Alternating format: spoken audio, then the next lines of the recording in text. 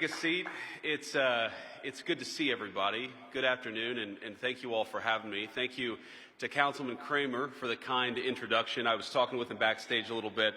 My wife and I both love the city of Louisville, and have spent a lot of time there. So thank you for being here. It means a lot, and thanks for the kind words.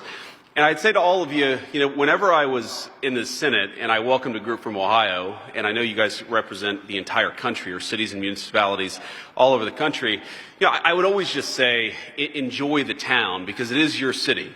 And I think that Washington is a beautiful place. It's a beautiful place to spend a few days. I know you guys have some work to do, but I also think it's important to get out there and see the people's city. It was built with your tax dollars. I think these incredible buildings and museums are supported by all of you and, of course, by all the people that you represent. And so I hope you enjoy your time in Washington, D.C.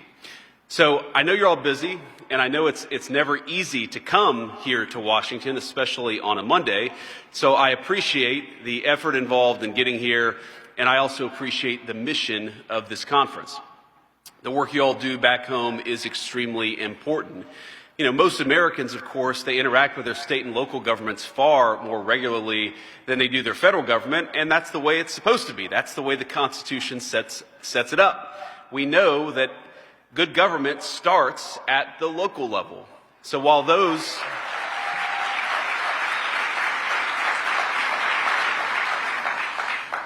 of us in Washington certainly take up most of the press attention, and we do that whether we want to or not, I want to acknowledge the enormous impact local governments have on the lives of our great American citizens.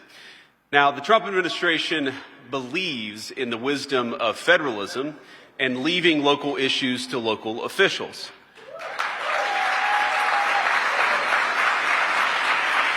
But we all also recognize the importance of supporting and collaborating with all of you because so many of the issues that you deal with, of course, implicate local issues, but state issues and federal issues as well.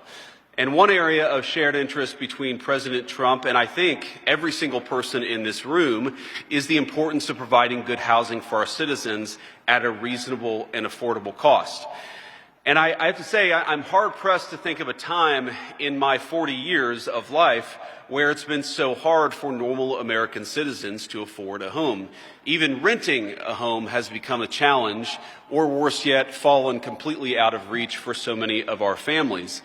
I was talking with a relative a couple of years ago, and she just made kind of an offhanded observation as a younger person than I am. She was looking to buy her first home and just mentioned that when her parents were growing up, they could afford a nice home on a single middle-class income. And she was sort of mentioning this as a sorrowful thing. She was sad that that wasn't true for her generation.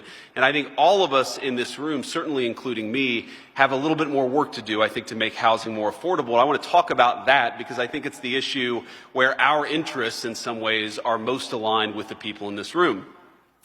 I read recently that the average income it takes to buy a new house is nearly 2 times the average salary of your typical American family. Not the average American worker, but the combined incomes of a husband and wife, and that's just not acceptable or sustainable in the United States of America. We want Americans to be able to afford the American dream of home ownership because we know that when people own their homes, it makes them a stakeholder. It makes them a stakeholder in their neighborhoods, in their cities, and ultimately, of course, in this country that all of us love so much. We want our citizens to feel that investment in their own country, and it's hard. It's hard to feel that investment if you feel like you can't even own a slice of it, even if that's what you want to do. Now, on a more basic level, we don't want people living paycheck to paycheck. We don't want them to make trade-offs between a trip to the grocery store and meeting next month's rent. Because even if you don't yet own a home, or even if you don't ever want to own a home, the knowledge that if you work hard and spend wisely, eventually you'll be able to afford a nice place to live, that goes, I think, a very long way to giving people a sense that they belong here and a sense that they have a stake in the future. Now, there are some important reasons why that belief is dwindling among Americans today. And a lot of it, of course, comes from the historic inflation that this country has dealt with over the last 4 years. Now, under the previous administration, to get a little bit political, the cost of a median price home in America more than doubled, and that was just in 4 years. And if your salary didn't keep pace with inflation and rise 20%, your buying power took even a bigger hit. And of course, if you think about this, if the price of a home doubles and the price and your actual salary doesn't double, then you're a lot worse off. And we know that most Americans did not see their salary double over the last 4 years. So it's no surprise that home sales hit a 30-year low in 2024. Now, another reason for the elevating costs comes down to zoning. And the reality, as you all know, is that zoning is an area where federal authority is actually quite limited. And I'm sure none of you want the federal government in the business of mandating how cities and towns handle local laws, and that's certainly not what we want to do either. But I would ask everyone in this room is to be good partners with us, and certainly partners with your citizens, and think about how we can improve the costs of the costs of housing for our citizens. And I think one of the ways that we're going to have to do that is by being a little bit smarter about our local zoning rules. And in particular, when I think about zoning, I can't help but think about it without, of course, the communities that I know best, which are those that I represented in the state of Ohio. And, Columbus, Ohio in particular, I assume we've got some Columbus people here. And, Columbus is a boom town in so many ways. I've got, relatives and family members who live there, who love Columbus. It's a magnet because it's had so much economic development. But one of the things that I worry about when I look at a city like Columbus or, Miami, which became a boom town during the COVID years, is the unaffordability of housing. And we've got to fix that. If we actually want these places to be magnets, not just for jobs and investment, but also the dreams of our young people, we've got to actually make it easier to build homes. And in particular, I think the city of Austin has done a pretty interesting job. Because in Austin, you saw this massive increase of people moving in. The cost of housing skyrocketed, but then Austin implemented some pretty smart policies, and that brought down the cost of housing. And it's one of the few major American cities where you see the cost of housing leveling off or even coming down. Now, the Trump administration has taken important steps to make building cheaper and to boost the supply of housing. Now, of course, it's going to take time, but this is a day one issue for our entire team from the president on down. On his first day in office, the president issued an executive order making it a priority to bring down prices for new buyers. Now, part of that will come from slashing needless regulations, which, according to some estimates, account for about 25% of a new single-family build today. We've also seen Secretary Turner, our great Secretary of Housing and Urban Development. He's working hard on this issue, cutting some of the Biden rules at HUD that hike costs and shifted decision-making from local governments to Washington, D.C. And Secretaries Burgum and Wright, and certainly Administrator Zeldin at the EPA, are putting in important work to bring down the cost of energy, which is, of course, a critical input to the cost of building a home, to say nothing, of course, of heating one and keeping its lights on. But I actually want to focus on something a little bit different, because I think this is one of the areas where what the Trump administration can do and has done is going to be one of the major drivers of bringing down the cost of housing. Now, local zoning, regulations, the cost of energy, these things are about the supply of housing. How do we get more houses out there to be built? But I think it's important to talk about the demand side of the housing market. And so much of what we're doing in the Trump administration when it comes to the immigration issue is framed about law enforcement, about reducing fentanyl coming into our communities. And that is true. That is a big part of why we're doing what we're doing at the border. But when we talk about housing and why costs are so high, we don't talk enough about demand.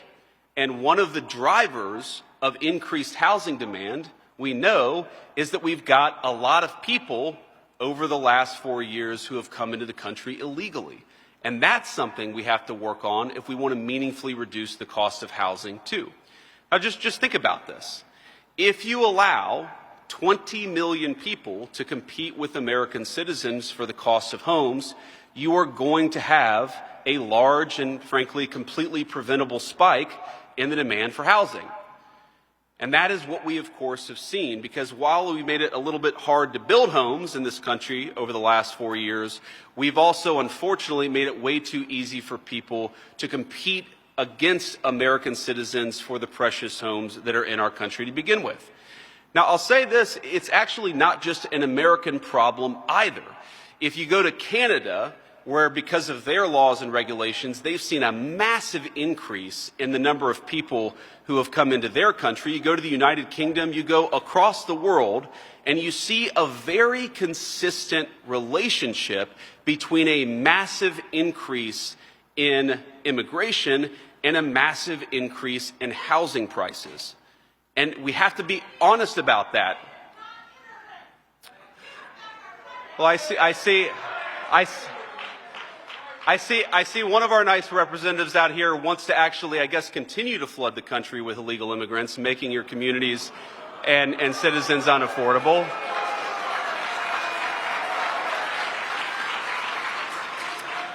But ma'am, with all respect, one of the reasons why we're doing what we're doing is because we want to make it more affordable for Americans to live. That is one of the reasons why we're doing what we're doing. Now, last week, I visited the southern border, and we decided to check in on what's going on there at the southern border. And of course, like I said earlier, you often hear about immigration enforcement as about crime and about drug trafficking, and that is a big part of it. I was at Eagle Pass, and I was talking to local border control down there, and they told me that in just a matter of weeks, their small part of the border had gone from 1,500 daily encounters to less than 30. And again, that's in a matter of weeks. That's just a simple matter of common sense border enforcement. That matters. Thank you.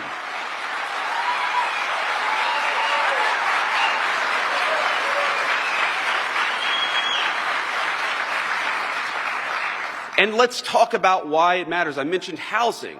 But one of the things I heard down there, I was talking to the mayor in that community, and he said it's incredibly stressful on local resources. It's stressful on their local hospitals. It's stressful on their local schools to have this massive increase. And so while, look, I recognize there's a diversity of opinions here, clearly there is, I also think it's important to be honest about those disagreements, to acknowledge those disagreements, but to say that the reason why we care about border security is because we want your communities to be safer, we want them to be more affordable, we want there to be less drugs in our country, and we want your citizens to be able to live the American dream. It is the birthright of every single one of our citizens, and we're going to fight for it every single day.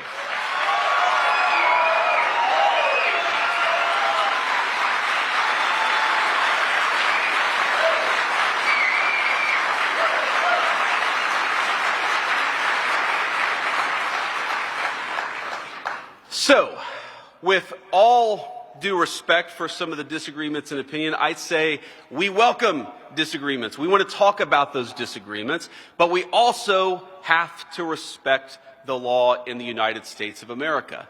And I can tell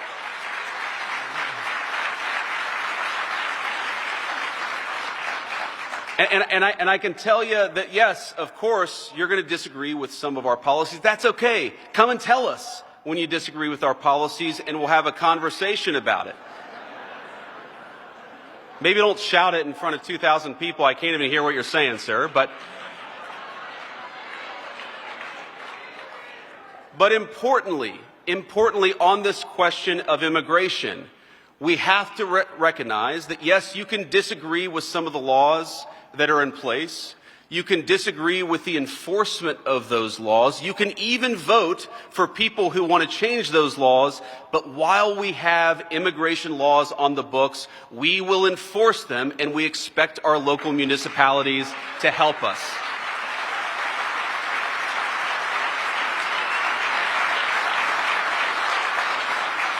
So it will be the policy of the Trump administration to enforce the nation's laws, and it will be the policy of the Trump administration to say that it is not up to local cities to choose which federal laws that they're going to enforce. It's important. We can't do immigration enforcement with sanctuary cities. We've got to have everybody respecting the law, and that is going to be one of the major policy focuses, of course, of the Trump administration, and it already has been. And I want to just say one final point about this issue of housing and of the strains that immigration and illegal immigration in particular put on our housing stock. We know from economists that blue-collar folks are often those who face the biggest cuts in wages and in services when you have communities overwhelmed by illegal immigration. I come from a blue-collar family, and I think one of the main drivers is that we need to be able to give our citizens, black, white, or whatever skin color, whatever belief system that they have, if you are an American citizen, you deserve to have a government at the local, city, and federal level that fights for the American dream for you. And we've seen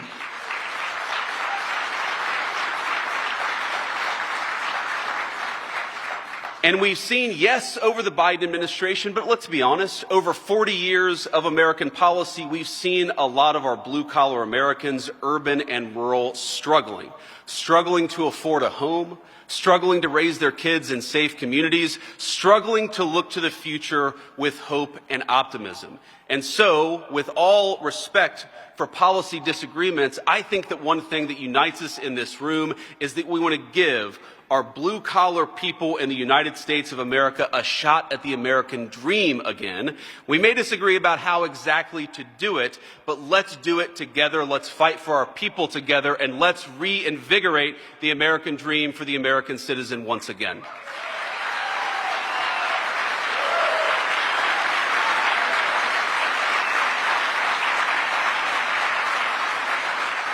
And let me close here with just an acknowledgement here that I know you guys have some of the hardest jobs in government, Democrat, Republican, or nonpartisan. You guys are the ones, of course, who fix the potholes. You guys are the ones that make sure our local police have the funding that they need, our local firefighters are able to do the incredible job that they do. So I just want to let you know, from the Trump administration, from the president, the vice president, and everybody else, we respect what you do. We're impressed by you. We think you guys are doing a great job, and we want to make sure that you have a presidential administration that is making your lives easier and not harder. So please, consider our administration one with an open door. Please come to us when you have issues. Even if you don't like what we're doing on the policy, you guys have got to be able to come and talk to us. So keep doing a great job. Keep doing what you're doing. Enjoy the rest of your time in Washington. God bless you guys, and thank you for doing the great job.